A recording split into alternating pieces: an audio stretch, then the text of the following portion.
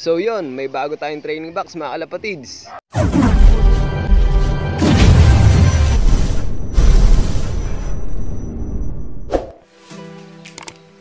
So yun, good morning sa inyo mga kalapatids. For today's video, gagawa nga pala tayo ng DIY na training box natin. Bali, ang gagamitin natin na training box o kahoy, ito lang mga kalapatids. Yan. Ang tawag nga pala rito, crates lang. Yan. Nakakabili niyan sa tindahan ng mga gulay. Mga pinaglagyan nila ng mga kamatis at mga gulay na binibenta nila. Mura lang to mga kalapatids, halagang 10 piso o 15. Yan, makakabili na kayo niyan. Pero eto, nahingi ko lang to mga tropa. Kaya mamaya gagawin na rin natin. So tara mga kalapatids, simulan na natin yung training box natin.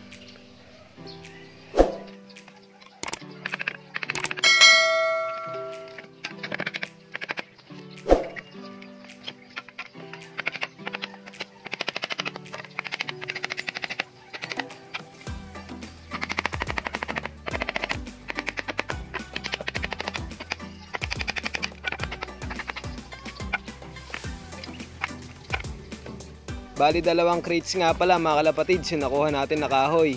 Sa tingin ko, kasya naman na to para makagawa na tayo ng training box. Hinati nga pala natin yung kahoy sa 2 cm mga kalapatids para hindi na tayo mahirapan na magputol-putol pa. Malambot lang naman yung kahoy mga kalapatids, kaya pagtiyagaan nyo na lagariin yan. At shoutout nga pala muna kila Reynante de Guzman, Gab Love TV, Adventure Love TV, Joy Ortiz, at kay Rod De Paz. Yun, salamat sa suporta nyo mga kalapatids.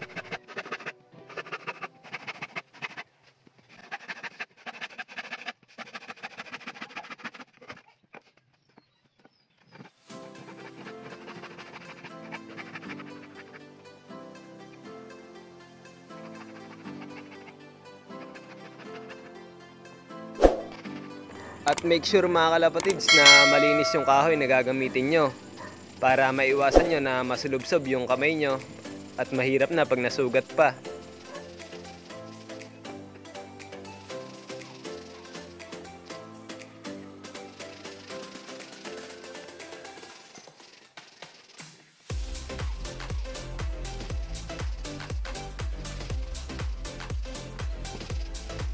So natapos na nga natin hatiin mga kalapatids.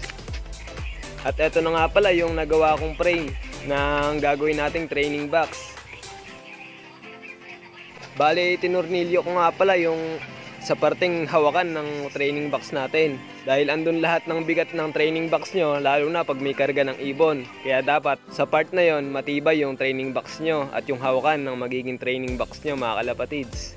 Bali, ang nagastos ko nga lang pala rito mga kalapatids, yung binili kong thumbtacks. Sa halagang 30 pesos lang, makakagawa na tayo ng training box natin.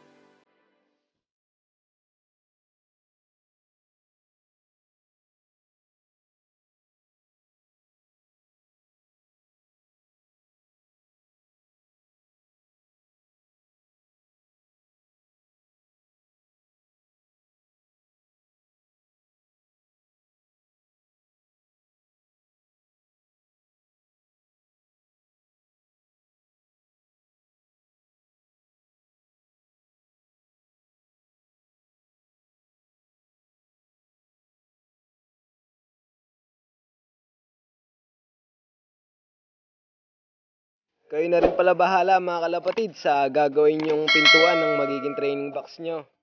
Depende sa inyo yan kung anong gusto nyong style. Pwede nyo rin naman gayahin itong ginagawa ko mga kalapatids.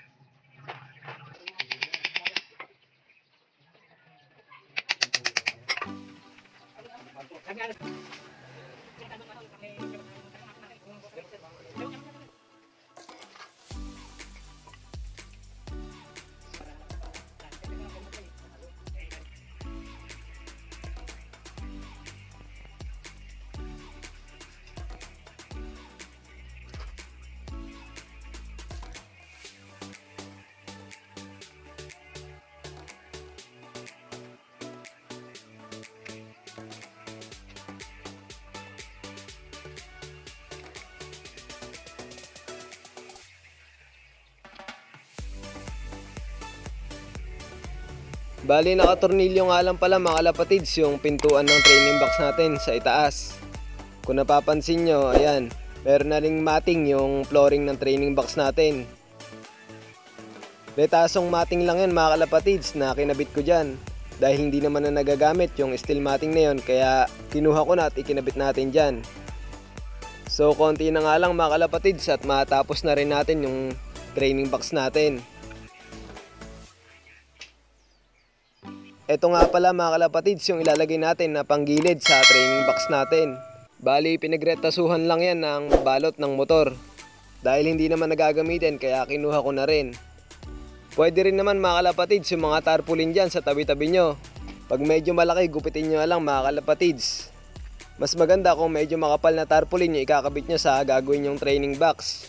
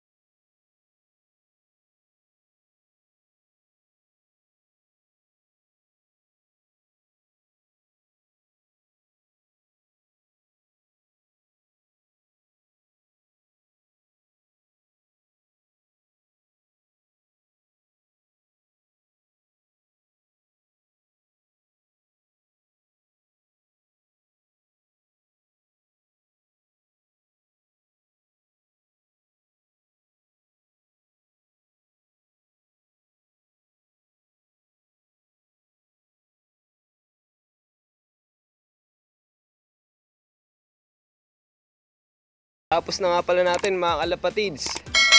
Bali 12 capacity nga pala tong training box na nagawa natin. Bali ang sukat at ang haba nito mga kalapatids ay 50 cm. At yung lapad naman 30 cm.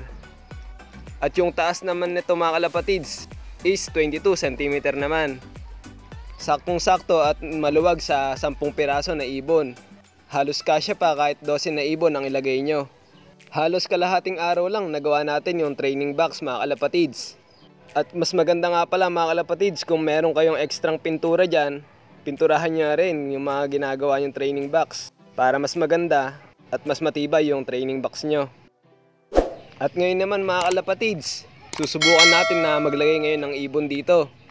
Bali 10 pliers natin yung ikakarga natin. Tuloy para maparonda na rin natin sila bago natin sila pakainin.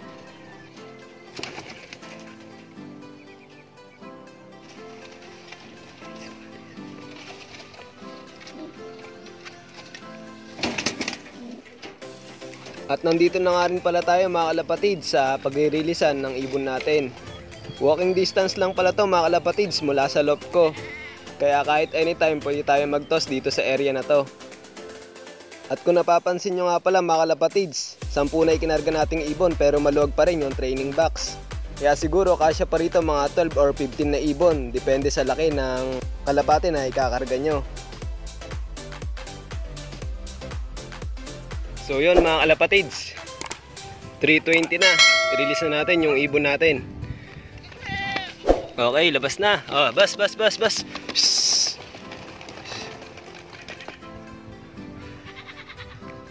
At yun nga lang mga kalapatids, hoping na may natutunan kayo ngayon sa video natin. At kung bago ka pa nga lang sa aking YouTube channel, huwag mo na rin kalimutan na mag-subscribe.